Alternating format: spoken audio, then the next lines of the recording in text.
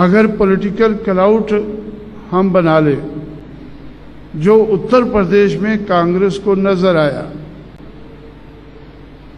1989 में, तो 1989 में राजीव गांधी ने 1989 के चुनाव से पहले 14 अप्रैल को 1989 को लखनऊ में 6 एकड़ जगह एक्वायर करके तो उन्होंने एक यूनिवर्सिटी का निर्माण किया, अम्बेडकर यूनिवर्सिटी। एक स्टैचू क्या यूनिवर्सिटी क्या थी, जब हमारे हाथ में सत्ता आई तो मैंने यूनिवर्सिटी देखने गया, तो यूनिवर्सिटी क्या थी, एक बाबा साहब का स्टैचू और उसके साथ एक बैरक और बाकी 6 एकड़ जगह में घास, और घास में गाय भैंसें चल रही। जब हमारी सरकार बनी थोड़े समय के लिए मैं देखने गया तो मैंने सोचा ये कौन सी यूनिवर्सिटी, ये तो गाय भैंस की यूनिवर्सिटी है। गाय भैंस के लिए हॉस्पिटल होता है ये तो सुना है हमने कि ये आदमियों के लिए हॉस्पिटल, ये वेटरनिटी हॉस्पिटल है। अब गाय भैंस के लिए यूनिवर्सिटी तो पहली बार देखी है मैंने। तो इसलिए तो मैंने मायावती से कहा कि भाई अब तो मुख्यमंत्री बन गई है, अब मैंने यूनिवर्सिटी भी देखी है 6 एकड़ में और उसके सामने ये 270 एकड़ में राजीव गांधी के नाम पर एक इंस्टीट्यूशन बना है। तो इसलिए उसके सामने अब बहुत ज़मीन खाली पड़ी है, तो इसलिए वो ज़मीन एक्वायर करके तो उसको 4 चुफेरे दीवार बना देनी चाहिए। यूनिवर्सिटी तो बाद में बनाए देखेंगे, लेकिन कम से कम वो जगह जो है गाय भैंस से तो दूर रखनी चाहिए। जब स्टूडेंट आएंगे वो उसका थोड़ा और समय लग जाएगा, लेकिन कम से कम इसको तो हम लोगों ने 272 एकड़ जगह एक्वायर करके उसके चारों तरफ 4 दीवारी बनाई। और उसके बाद जब दोबारा सरकार आई तो तब तक हमने उसको या उसी समय पे उसको चालू करा दिया था, क्योंकि ये के.आर. नारायणन उस वक्त वाइस प्रेसिडेंट थे, तो इसके हाथ से उसका उद्घाटन हमने कराया था जब ये वाइस प्रेसिडेंट थे। तो इसलिए तो दूसरी बार मैं महाराष्ट्र में 94 में आया, तो और जब मैं महाराष्ट्र में आता हूँ कोल्हापुर ज़रूर जाया करता था, तो मैंने छत्रपति शाहू महाराज के स्टैचू पर माला अर्पण करने के लिए गया, तो उधर जो कुनबी लोग हैं तो वो उधर चिल्ला रहे थे कि भाई शाहू के नाम पर भी यूनिवर्सिटी होनी चाहिए। पूना यूनिवर्सिटी के बनाने में उन्होंने बहुत कुछ किया है, तो इसलिए पूना यूनिवर्सिटी का नाम दे देना चाहिए। तो उसके बाद मैंने सोचा कि भाई होना तो चाहिए, पर इधर तो अभी लहर चल रही है कि हो शक्ति नहीं, तो ये हो शक्ति की लहर में तो ये होना मुश्किल है। लेकिन इतने में बाल ठाकरे उधर गए, उन्होंने कहा कि पेपरों में आ गया कि कांशीराम को इन लोगों ने, तो मैंने सोचा कि बड़ी खुशी की बात है अगर बाल ये आज तो ठाकरे इस हालत में नहीं है, लेकिन ऐसा लगता है कि जल्दी पावर में आ जाएगा, तो पावर में आते ये करेगा। लेकिन इतने में तो मुझे ऐसा लगा कि भाई ये महाराष्ट्र में तो जहाँ हो शक्ति की लहर चल रही, हो शक्ति नहीं लहर चल रही है, तो वहाँ तो पता नहीं कितनी देर लगेगी।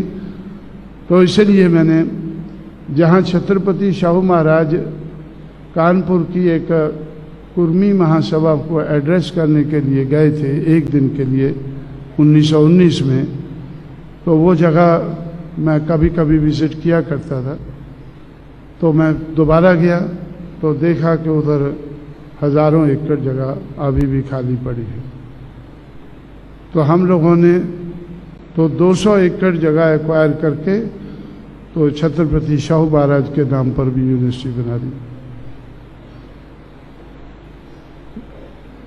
ये मैं क्यों बोल रहा हूँ कि जो यूनिवर्सिटी के लिए संघर्ष करने वाले हैं वो रॉन्ग संघर्ष कर रहे हैं और कामयाब नहीं हो सकते हैं। जब कामयाब नहीं हो सकते हैं तो चिल्लाते हैं हो शक्ति नहीं, हो शक्ति नहीं। एक लहर बना दिया, लहर खड़ी कर दी उन्होंने, हो शक्ति नहीं की। तो उनको मैं बताना चाहता हूं कि हो शक्ति है। हम लोगों ने जो राजीव गांधी ने महाराष्ट्र के लोगों को धोखा देने के लिए जो यूनिवर्सिटी बनाई, तो उसकी जगह वो सेंट्रल की यूनिवर्सिटी थी कि ना स्टेट वाले देखें ना सेंट्रल वाले देखें, ऐसे ही 6 एकड़ की जगह में घास फूस उगता रहे। उधर हमने 272 एकड़ जगह एक्वायर करके यूनिवर्सिटी बनाई, लेकिन उसका स्ट्रक्चर तो हम नहीं बदल सके कि वो तो केंद्र की यूनिवर्सिटी है। इसलिए हमने आगरा में स्टेट की यूनिवर्सिटी बनाई अंबेडकर के नाम पर, और कानपुर में छत्रपति शाहू महाराज के नाम पर, और बरेली में फुले के नाम पर यूनिवर्सिटी बनाई। 200 एकड़ से लेकर 300 एकड़ जगह एक्वायर करके हमने ये यूनिवर्सिटियां जिनमें महाराष्ट्र वालों की चाहत थी वो बनाई।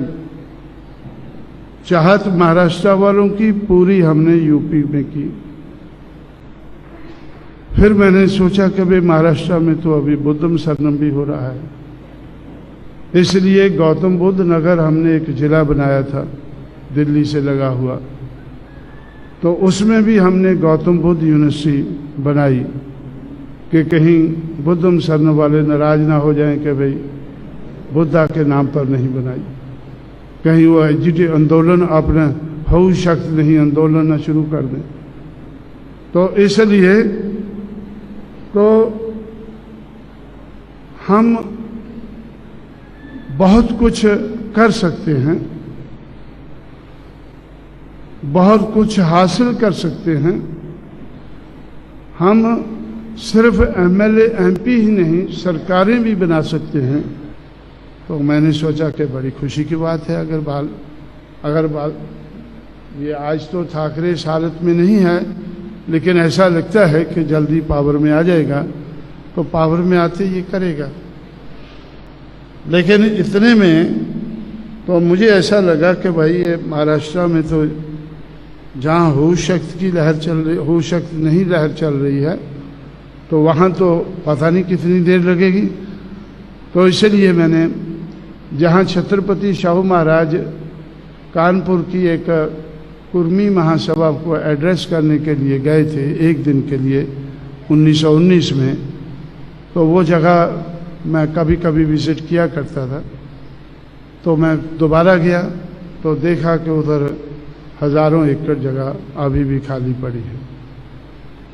तो हम लोगों ने तो 200 एकड़ जगह एक्वायर करके तो छत्रपति शाहू महाराज के नाम पर भी यूनिवर्सिटी बना दी। ये मैं क्यों बोल रहा हूँ कि जो यूनिवर्सिटी के लिए संघर्ष करने वाले हैं वो रॉन्ग संघर्ष कर रहे हैं और कामयाब नहीं हो सकते हैं। जब कामयाब नहीं हो सकते हैं तो चिल्लाते हैं हो शक्ति नहीं, हो शक्ति नहीं। एक लहर बना दिया, लहर खड़ी कर दी उन्होंने, हो शक्ति नहीं की। तो उनको मैं बताना चाहता हूं कि हो शक्ति है। हम लोगों ने जो राजीव गांधी ने महाराष्ट्र के लोगों को धोखा देने के लिए जो यूनिवर्सिटी बनाई, तो उसकी जगह वो सेंट्रल की यूनिवर्सिटी थी कि ना स्टेट वाले देखें ना सेंट्रल वाले देखें, ऐसे ही 6 एकड़ की जगह में घास फूस उगता रहे। उधर हमने 272 एकड़ जगह एक्वायर करके यूनिवर्सिटी बनाई, लेकिन उसका स्ट्रक्चर तो हम नहीं बदल सके कि वो तो केंद्र की यूनिवर्सिटी है। इसलिए हमने आगरा में स्टेट की यूनिवर्सिटी बनाई अंबेडकर के नाम पर, और कानपुर में छत्रपति शाहू महाराज के नाम पर, और बरेली में फुले के नाम पर यूनिवर्सिटी बनाई। 200 एकड़ से लेकर 300 एकड़ जगह एक्वायर करके हमने ये यूनिवर्सिटियां जिनमें महाराष्ट्र वालों की चाहत थी वो बनाई। चाहत महाराष्ट्र वालों की पूरी हमने यूपी में की। फिर मैंने सोचा कि भाई महाराष्ट्र में तो अभी बुद्धम शरणम भी हो रहा है, इसलिए गौतम बुद्ध नगर हमने एक जिला बनाया था दिल्ली से लगा हुआ, तो उसमें भी हमने गौतम बुद्ध यूनिवर्सिटी बनाई कि कहीं बुद्धम शरण वाले नाराज ना हो जाएं कि भाई बुद्धा के नाम पर नहीं बनाई, कहीं वो एजिटेट आंदोलन अपना हऊ शख्स नहीं आंदोलन न शुरू कर दें। तो इसलिए तो हम बहुत कुछ कर सकते हैं, बहुत कुछ हासिल कर सकते हैं। हम सिर्फ एमएलए एमपी ही नहीं, सरकारें भी बना सकते हैं और सिर्फ स्टेट लेवल की पार्टी नहीं बल्कि नेशनल पार्टी भी बना सकते हैं। नेशनल पार्टी कैसे बनती है, उसका कुछ क्राइटेरिया है इलेक्शन कमिश्नर का। अभी अभी सीपीएम का नेशनल पार्टी का स्टेटस चला गया है। पहले वो नेशनल पार्टी थी। जब हमारी पार्टी नेशनल बनी तब कांग्रेस पहले नंबर की नेशनल थी, बीजेपी दूसरे नंबर की और सीपीएम तीसरे की और बीएसपी चौथे नंबर की राष्ट्रीय पार्टी थी। लेकिन अब उनका स्टेटस चला गया है तो हमारी पार्टी तीसरे नंबर की राष्ट्रीय पार्टी है। अब मैंने ऐसा सोचा है कि जब हऊ शक्ति की लहर चलाकर हम लोगों ने नेशनल पार्टी हऊ शक्ति है ये दिखा दिया है, 4 राज्यों में 5 राज्यों में मान्यता प्राप्त करके ये दिखा दिया है। अब हमारा लक्ष्य है कि जहाँ जहाँ हमने 6% से ज़्यादा वोट हासिल करके मान्यता प्राप्त की है, अब वहाँ मान्यता नहीं, वहाँ राजपाट होना चाहिए, बहुजन समाज का राज होना चाहिए, जहाँ जहाँ हम मान्यता प्राप्त कर चुके हैं। तो इसलिए ये भी हो सकता है। तो अगर तमन्ना सच्ची है तो हो सकता है, अगर तमन्ना झूठी है, सुपरफिशियल है, तो हो सकता नहीं है। इसलिए साथियों, तो इस आधार पर मैंने आपसे कहा कि गैर राजनीतिक जड़ें मजबूत करके तब हम राजनीति में कामयाबी हासिल कर सकते हैं। महाराष्ट्र में ही मैंने ये बात शुरू की, लेकिन मुझे लगा कि अभी हऊ शक्ति नहीं है, इनका मुकाबला मैं नहीं कर पाऊंगा। हऊ शक्ति की लहर मजबूत है और आज तो इतनी मजबूत है कि आज तो मैं काफ़ी कुछ करने के बावजूद भी तो मुझे ऐसा लगता है कि भाई महाराष्ट्र में हऊ शक्ति नहीं की लहर का मुकाबला करने के लिए हमें काफ़ी ज़्यादा मेहनत करनी होगी। मुझे लगता है कि जो मुझे सुनने वाले हैं ये सोचते होंगे कि भाई जो हऊ शक्ति नहीं की लहर बन गई है महाराष्ट्र में, तो इसको छोड़ना चाहिए। ज़्यादा तो नहीं सोचते होंगे, ज़्यादा तो नहीं सोचते होंगे। क्यों नहीं सोचते होंगे? क्योंकि वो भी हऊ शक्ति नहीं से प्रभावित हैं। आज भी जो मेरे सामने बैठे हैं, सुन रहे हैं, वो ज़्यादा क्यों नहीं सोचते हैं? आप लोगों ने एजेंडा रखा मेरे सामने अपना, आप लोगों ने मेरे सामने अपना एजेंडा रखा है। उस एजेंडे से मुझे लगता है कि आप बहुत हद तक प्रभावित हैं, हो शक्त नहीं लहर से, जो बहुत बड़े पैमाने पर महाराष्ट्र में चल रही है, उसके प्रभाव के कारण आप ऐसा एजेंडा बनाते हैं। जो मैंने एजेंडा बनाया हो शक्त का एजेंडा, तो मैंने जब लोगों को तैयार किया, जब मुझे लगा कि भाई ये चमचों के चमचे मुझे कामयाब नहीं होने देंगे, बड़े बड़े अधिकारी हो शक्त लहर कामयाब नहीं होने देंगे, तो मैंने साधारण लोगों को पकड़ा, समाज को पकड़ा, समाज को रजामंद किया कि भाई आप अगर इस लहर को बनाना है तो हमारे पास पैसा होना चाहिए, दिमाग होना चाहिए, हुनर होना चाहिए और पैसा होना चाहिए। तो इसलिए अगर आपकी चाहत है कि हो शक्त की लहर बनानी है, तो आप मेरे पास बेचने के लिए कुछ नहीं है, लेकिन आप मुझे मीटिंग में बनाते हैं, तो मीटिंग में बनाते हैं तो तालियां बजा के चले जाते हैं। सिर्फ तालियां बजाने से तो हो शक्त की लहर नहीं बन सकती। इसलिए आप मुझे किसी मीटिंग में बुलाते हैं तो मेरी मीटिंगें खरीदना शुरू करो। तो पहले मेरे वजन के हिसाब से उत्तर प्रदेश में 12-12 हज़ार में हर रोज़ मेरी एक मीटिंग कोई ना कोई जगह के लोग खरीदते थे। ऐसे 100 मीटिंगें मैंने 12-12 हज़ार में बेची, तो 12 लाख रुपया इकट्ठा हो गया। और फिर मैंने कहा कि यार आखिरी वक्त पर एक एक दिन में 3-3 मीटिंग मेरी बिकती थी। तो मैं बोला भाई 3 मीटिंग बिकती हैं तो आप मुझे 36,000 रुपया देते। अब 36,000 तो मेरी, इसलिए मेरी मीटिंग आप 52 साल मेरी उम्र हो गई है, वेट के हिसाब से नहीं, अभी मेरी उम्र के हिसाब से खरीदो। तो पहली मीटिंग मेरी जलगांव डिस्ट्रिक्ट में 52,000 में बिकी। मैंने बोला कि 52,000 रुपया, 52,000 लोग सामने होने चाहिए और 3,000 लोग बाइसिकल पर आए। तो इस तरह से एक सोच बनाकर उसको बढ़ाना शुरू किया। और मैंने उनसे कहा कि भाई एक तो इलेक्शन नज़दीक आ रहा है और तुम लोग धीमी गति से चल रहे हो, तो अगर 12-12 हज़ार में मेरी मीटिंग करोगे तो कई साल लग जाएंगे, इलेक्शन तो निकल जाएगा। तो 89 का इलेक्शन आया। 89 के इलेक्शन में हमारी और कांग्रेस की टक्कर थी और कांग्रेस को हम,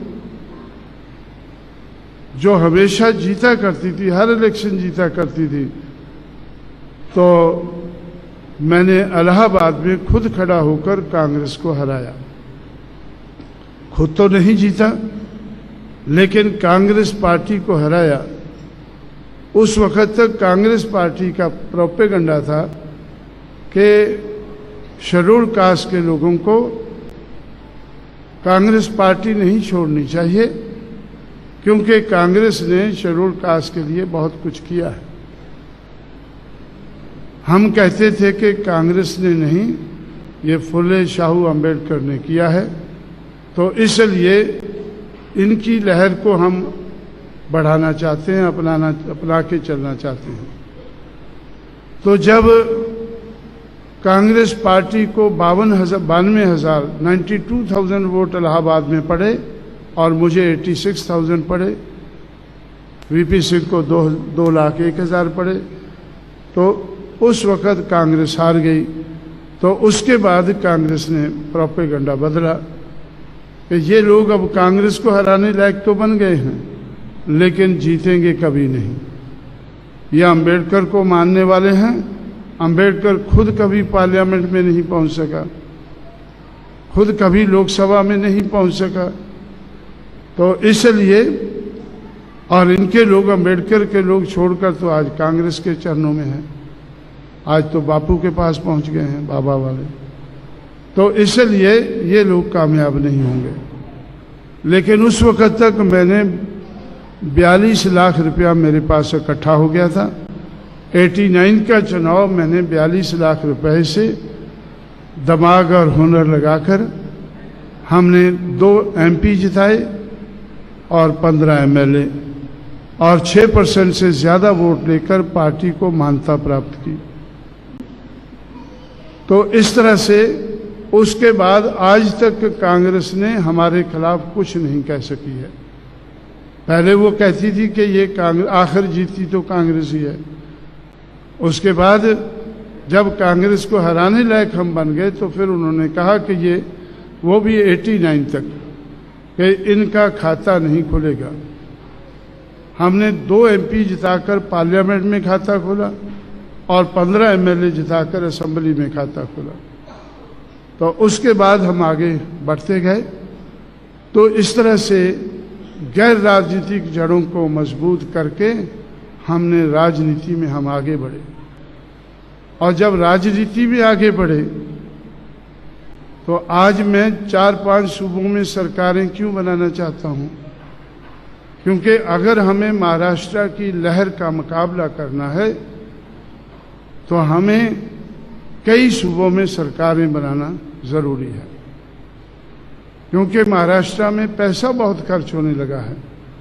हर पार्टी बाबा बाबा करने वालों को खरीदती है। अब मैं सोच रहा हूं कि हमें भी इनको खरीदना होगा,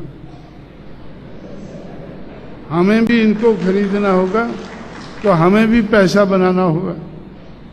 अब पैसा बनाने के लिए हमें लगा कि उत्तर प्रदेश में सरकार बनी। जब उत्तर प्रदेश में सरकार बनी मैंने बताया कि 5 यूनिवर्सिटी बनाई। हर यूनिवर्सिटी के लिए 200 एकड़ से ज़्यादा जगह एक्वायर की, तो पैसा लगा। 11,524 गांव अम्बेडकरी गांव बनाए। 9,500 करोड़ रुपया स्टेट गवर्नमेंट का और 9,500 करोड़ रुपया सेंट्रल गवर्नमेंट का। 19,000 करोड़ रुपया लगाकर हमने 11,524 गांव अम्बेडकरी गांव बनाए। आप लोगों ने इधर कोई ना कोई सुना होगा, बनाते होंगे कि क्या बनाया भाई, अम्बेडकर भवन बनाया। लेकिन जब उत्तर प्रदेश में हमारे हाथ में सरकार आ गई तो हम लोगों ने 11,524 अम्बेडकर भवन बनाए। 11,524, क्योंकि अम्बेडकरी गांव का जो प्रोविजन है वो 11 पॉइंट प्रोग्राम है। उसमें एक पॉइंट भी है कम्युनिटी सेंटर का। तो कम्युनिटी सेंटर का नाम हमने अम्बेडकर भवन रखा। तो इसलिए एक एकड़ में एक अम्बेडकर भवन बनाया। पैसा तो लगा, लेकिन पैसा आया कहाँ से? सरकार का पैसा लगा। हम लोगों ने अम्बेडकर मेला, परियार मेला, शाहू मेला, कुल्ले मेला, ये मेले जो सरकार लगाती है। पहले उत्तर प्रदेश की सरकार अपने हिसाब से मेले लगाती थी, जो भी सरकार आती थी। सबसे 50 करोड़ रुपया उत्तर प्रदेश की सरकार कुंभ के मेले पे लगाती थी। कुंभ का मेला कभी हरिद्वार में, कभी इलाहाबाद में। हमने कुंभ को ख़त्म किया, हमने ये मेले शुरू कर दिए। अम्बेडकर मेला, फुले मेला, शाहू मेला, परियार मेला। तो और परियार मेला से हमारी सरकार भी गिर गई, क्योंकि परियार उनको सबसे बुरा लगा। तो इसलिए हमने सोचा कि तो अगर तुम्हें सबसे बुरा लगता, हमें सबसे अच्छा लगता है। तो इसलिए तो उसमें कोई बात नहीं, हम अपने बलबूते पे सरकार बनाएंगे। तो उधारी सरकार तो ज़्यादा कुछ कर नहीं सकते, फिर भी काफ़ी कुछ किया हमने।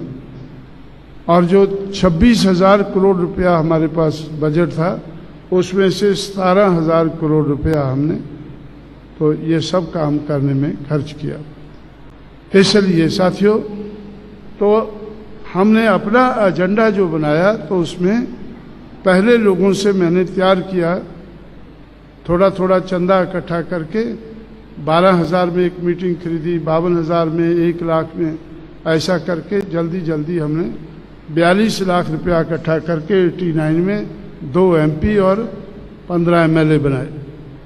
तो मैं क्यों कहता हूं कि आप लोगों का एजेंडा देखकर मुझे लगता है कि आप उस लहर को, हो शक्त नहीं लहर को काउंटर कर नहीं सकते हैं। काउंटर करने के लिए तो आपको शरद पवार का मुकाबला करना होगा।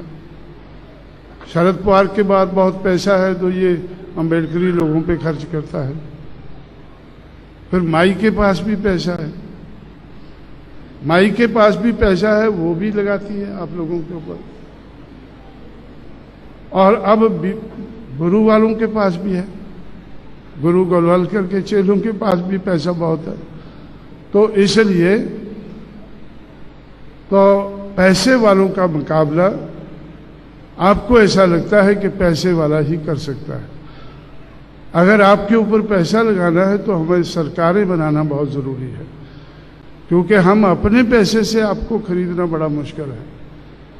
तो सरकार के पैसे से ही ये हो शक्त नहीं लहर का मुकाबला करना होगा।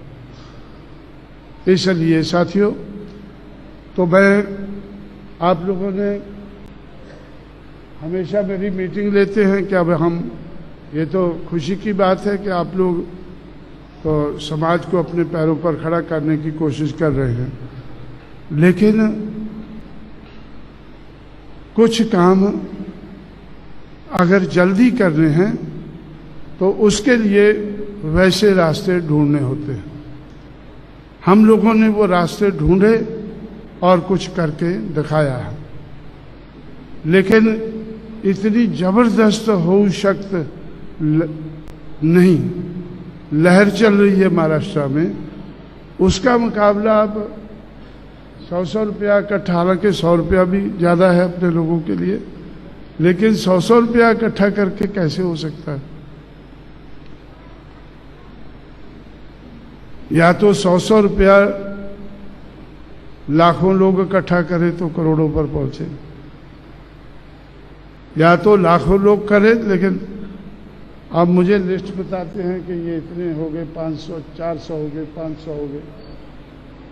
अब करोड़ों लोगों को तैयार करना होगा आप लोगों को इस लहर को, हो शक्त नहीं लहर को काउंटर करने के लिए।